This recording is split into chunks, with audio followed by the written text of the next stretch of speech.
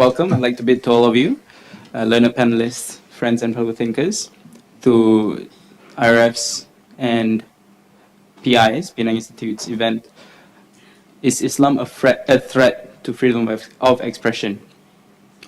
We'd like to thank Global Movement of Moderates Foundation for providing the venue. As you all know, it's been cancelled by IAUM and we've moved here. This is an important topic. For those of you who were here for the event yesterday, same speakers and sort of around the same area, freedom of conscience. Without further ado, since we're already late, I'd like to pass the floor over to Dr. Farouk Musa. Thank you. Thank you, Mr. Chairman. Assalamualaikum warahmatullah.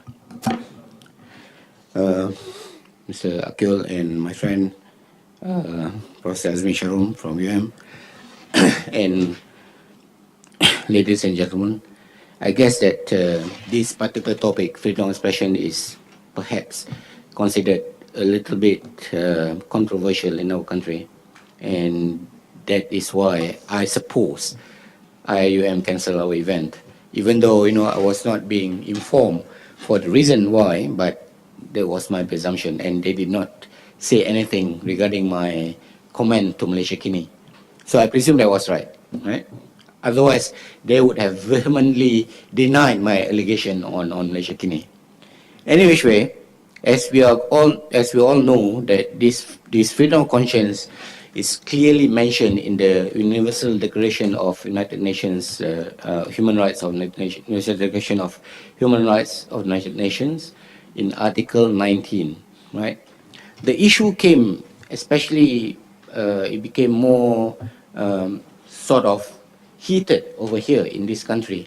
Started way back during the time, if you remember, of when Ayatollah Khomeini pronounced this death penalty against Salman Rushdie, right?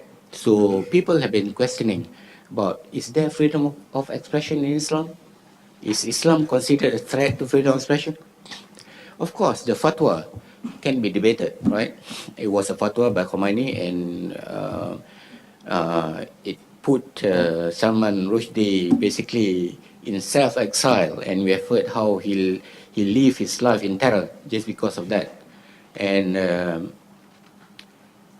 that was based on what is considered as in Islamic fiqh as sabullah or sabur rasul, blasphemy against God and against the Prophet.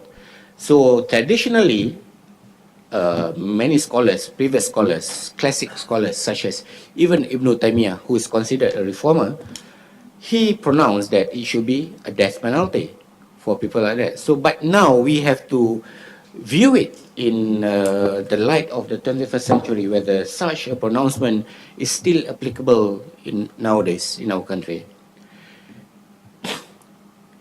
Subsequently, along the way, we've seen how this the Danish, how they publish these caricatures of the Prophet, with I think a time bomb wrapped around the turban, and all kind of and for them it was an expression of freedom of expression of their artistic values, of their thought and things like that.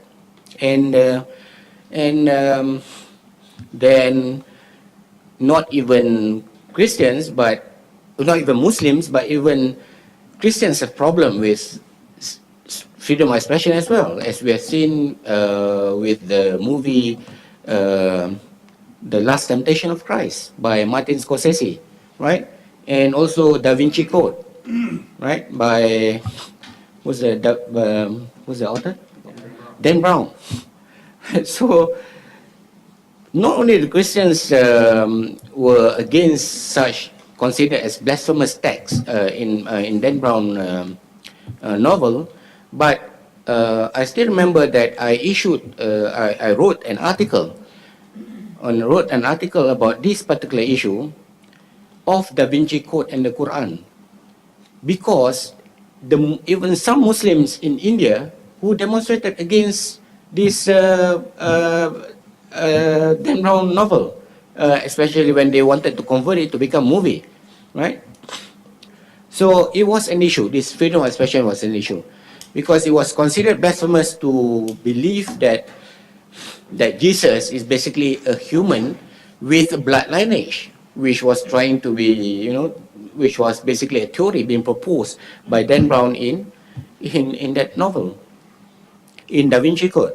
And recently we have these demonstrations against this movie, this very low budget movie or documentary by these Americans, The Innocence of Muslims. Yes.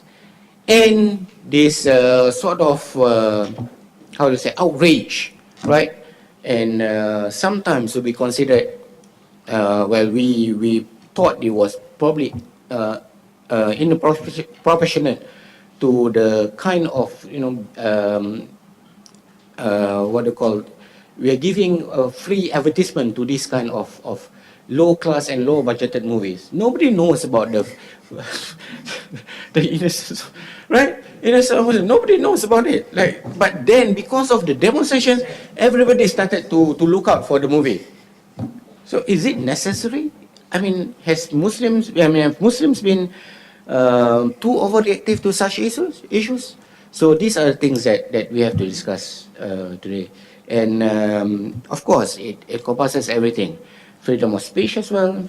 And we see a lot of book bannings in our country. Recently, Doctor, I mentioned to you about a book by Omid Safi, and he was even banned. And we saw books by Karen Armstrong, who is considered very sympathetic towards Muslim, been banned, right? I mean, do they read in Malaysia? I mean, do they read books? I mean, we wonder whether who gave them the idea that these books are blasphemous. I don't understand whether these people really read or not. I can understand when they ban Fazal Tehrani's book because he was alleged to propagate Shiites, but Shiism, but then it's still in the ambit of freedom of expression, right? So we have this kind of problems in our country, and it's getting worse by days. So I think that we now have two panelists that would dissect this topic more in detail, and I would like to welcome Professor Sharom to such session. Welcome.